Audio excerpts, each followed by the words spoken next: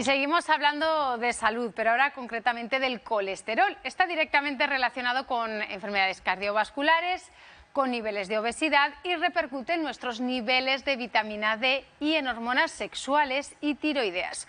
Una sustancia esencial en nuestro organismo y que marca la vida de miles de personas. Pero, ¿sabemos lo suficiente sobre colesterol? Nos va a ayudar hoy Vita Ventura, que viene acompañada de toda una experta.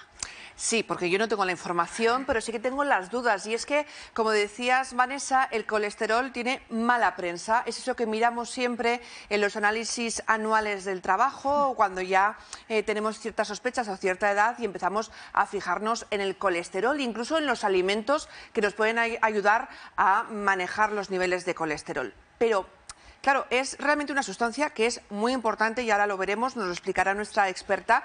Antes de saludar a Inés Mármol, biotecnóloga que nos acompaña aquí en el plató. Buenas tardes, Inés. Buenas tardes, Vita, Vanessa. Si te parece, hemos planteado esta cuestión del colesterol antes en la calle, a los aragoneses y aragonesas, para ver qué sabemos del colesterol más allá de que existe. Sí, a ver, sé distinguirlo. Bueno, de hecho, pues hay veces que tengo yo un poquito el colesterol alto. Yo, el médico me dice si tengo colesterol o no tengo colesterol y a nada más. Que el malo cada vez va peor porque es con las grasas de la comida rápida, de la comida chatarra, digámoslo así, y el bueno que no, que te ayuda, son las grasas que el cuerpo necesita, creo yo.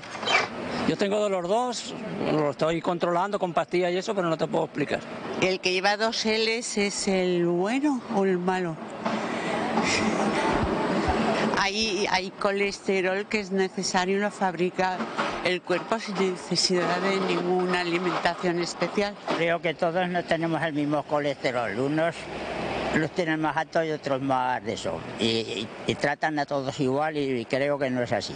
Si lo tienen muy alto, claro que tienen que dar una pastilla para que el colesterol baje, porque no es bueno tenerlo alto. No es bueno tenerlo alto, hay que dar una pastilla para que el colesterol baje. Hay gente que tiene un colesterol alto y otro bajo. Bueno, muchas preguntas, pero lo primero, Inés Mármol, biotecnóloga que nos acompaña aquí en esta mesa, vamos a ir por partes. ¿Qué es el colesterol? Pues precisamente, como comentabais antes, el colesterol es una molécula que entra dentro de lo que llamamos los lípidos. En la calle lo llamamos las grasas y en general son unas moléculas que no nos caen muy bien. Pero lo cierto es que el colesterol y el resto de grasas son muy necesarios, como bien comentabais justo antes de entrar.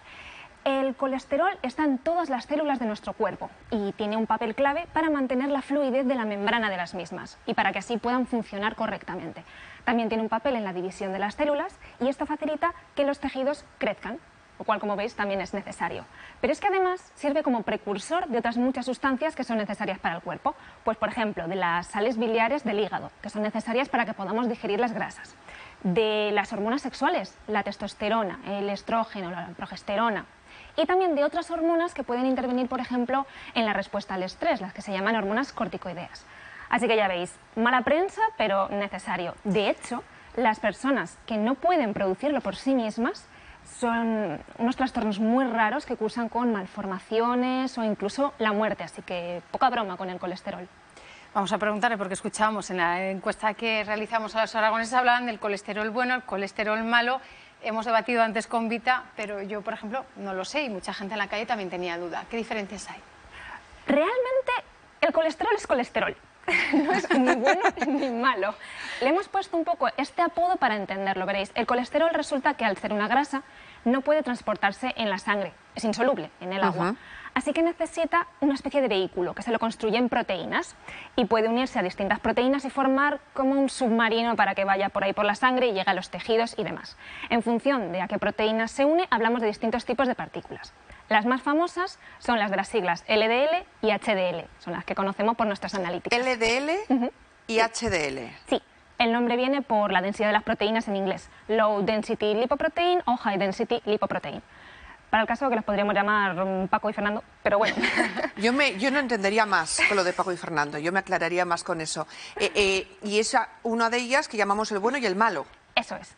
Las HDL es a las que llamamos las buenas, ¿Por qué? Pues porque su misión es retirar el colesterol que sobra en los distintos tejidos del cuerpo y llevarlo al hígado, donde se va o a reciclar para, por ejemplo, sales biliares o lo que sea, o se va a destinar a las heces para eliminarlo. Así que digamos que son las que nos quitan el colesterol de la sangre. Las LDL, que son las que llamamos las malas, tienen también un papel fundamental, porque son las que lo llevan a los tejidos, que lo pueden necesitar en un momento dado, pues el que absorbemos por la dieta o producimos en el cuerpo para sus células y sus funciones y sus cosas. ¿Cuál es el problema? Si tenemos un exceso de estas LDL, que puede ocurrir por causas o bien primarias, que es una enfermedad genética, o bien secundarias, si hay algún otro tipo de enfermedad por detrás, se puede acumular en nuestras arterias y formar lo que se denomina la placa de ateroma. Esto lo que hace es que la arteria vaya teniendo cada vez un diámetro más chiquitito y la sangre pueda tener problemas para pasar. Esto, dependiendo de dónde se produce, puede acabar con un infarto de miocardio, si se está bloqueando el flujo de sangre al corazón, con un ictus, si se está bloqueando el flujo de sangre al cerebro. Así que por eso estas LDL tienen tan mala prensa y por eso las controlamos tanto en las analíticas. Entonces, estos niveles, por ejemplo, que vemos en los análisis, ¿no? Entre esta medida y esta medida, ¿es bueno, malo? ¿Eso sirve o tendría que ser, si está trabajando en un control del colesterol mucho más personalizado? Lo segundo. Se busca un poco que cada persona tenga su propio rango de colesterol bueno y colesterol malo. Porque lo cierto es que no solo influye el colesterol en la formación de la placa de ateroma y en la posibilidad de tener un infarto, un ictus o lo que sea, influyen otros factores que pueden afectar a la salud de las arterias, como puede ser tabaquismo, abuso del alcohol, estrés crónico, la propia edad también. Así que lo que se hace es viajar hacia unos rangos más personalizados. Lo que pasa es que esto requiere más estudio, más inversión, más trabajo. Y, por ejemplo, estudios, Vanessa, es muy importante porque sí que en estos estudios, que es los que se van avanzando, hay conclusiones muy importantes. Me hablabas fuera de cámara de un estudio que es crucial, por ejemplo, respecto al cáncer. Sí, eso es. Aquí lo que hacemos es aprovecharnos de esta necesidad que tienen las células de colesterol, precisamente. Y es que se ha desarrollado una terapia experimental para tratar el cáncer de ovario resistente a las terapias tradicionales, que consiste precisamente en bloquear la entrada del colesterol en la célula. Y esto lo que hace es que se acaben muriendo y así conseguir que se reduzca el tamaño del tumor. Todavía está un poco en pañales in vitro, pero podría llegar a clínica algún día. Pues vamos, si os parece, a esta hora de la tarde a saludar a José Manuel Cucalón, él es médico de atención primaria, porque, bueno, pues en una primera instancia son ellos, los médicos y médicas de atención primaria, quien tienen ese primer contacto con el paciente a la hora de determinar pues cuál es la situación, leer bien esos análisis, saber cómo está el colesterol bueno y cuál es el colesterol malo. No sé si me escucha ya José Manuel Cucalón, buenas tardes. ¿Qué tal? Buenas tardes, perfectamente, gracias. ¿Cuál es el procedimiento a seguir en consulta? Una vez tenemos ya esos análisis y vemos los dos que nos decía nuestra invitada, que se diferencia, vamos a llamarle bueno y malo, por llamarle de alguna manera, ¿cuál es el procedimiento que se tiene que seguir ya en caso de que necesite un tratamiento? El primer dato que nosotros como médicos tenemos que valorar es si existe o no riesgo de que ese colesterol nos pueda causar una enfermedad. Y por tanto podemos o no diagnosticar de dislipemia o hipercolesterolemia al paciente. El primer error que se comete en la población es pensar que todos deberíamos tener el mismo colesterol o entre los mismos valores. Y no es así. Cada paciente, cada persona tiene su nivel de colesterol en función de otras variables como son la comorbilidad, las enfermedades que se tengan, si se fuma o no se fuma, si se bebe, si se tiene obesidad. Por tanto, cada persona, cada perfil de persona tiene un colesterol, un objetivo de colesterol normal que debería cumplir. Y nosotros los médicos nos encargamos de ver si ese objetivo se cumple o nuestro paciente tiene un colesterol por encima de lo normal. José Manuel, hay una parte que hemos escuchado mucho, se escucha mucho es que en mi familia tenemos todos el colesterol muy alto. ¿Eso quiere decir que tenemos tendencia a desarrollar la parte, digamos, las consecuencias más negativas del colesterol? ¿O simplemente significa que, bueno, que en mi familia no es extraño y los niveles, por lo tanto, con los que tenemos que hacer la valoración son diferentes a los niveles estándar? Sí, efectivamente también hay una confusión a veces en la población en que se piensa que todo el colesterol está asociado a una mala dieta. Bien, aparte de que efectivamente el colesterol se puede adquirir y es frecuente que así sea mediante enfermedades de transmisión genética, pues homocigoto o heterocigoto, que llamamos hipercolesterolemia familiar. También es verdad que de todo el colesterol que tenemos, el 80% casi o aproximadamente depende de lo que llamamos colesterol endógeno, ese que fabricamos nosotros mismos en nuestro hígado, y solamente un 20% aproximadamente es el que dependería de ese colesterol exógeno, que es el que podremos o no limitar en la dieta.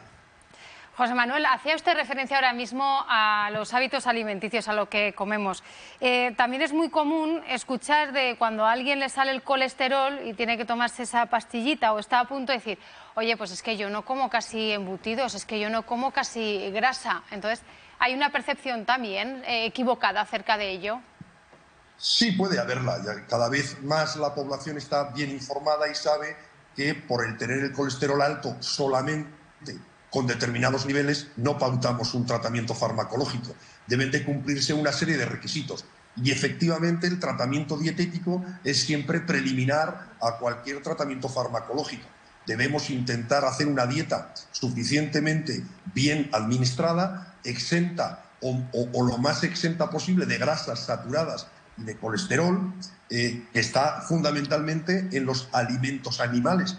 Los vegetales no tienen colesterol, por tanto hay que vigilar solo 4 grupos dietéticos: lácteos, huevos, carnes y pescados, que son los portadores de colesterol. Pero siempre, ante un paciente con un poquito de colesterol, la primera recomendación tiene que ser dietética. José Manuel Cucalón, médico de atención primaria, muchísimas gracias por hacernos un hueco, que sabemos que está muy ocupado. Gracias. Un placer. Gracias a vosotros. Bueno, pues yo podríamos decir, Inés, sin equivocarnos, que el antiguo colesterol es el actual azúcar, esa mala prensa del colesterol que en su momento era como, bueno, la peste, ¿no? Prácticamente. Ahora le hemos pasado al azúcar y el colesterol, estamos empezando un poquito a reconciliarnos con él.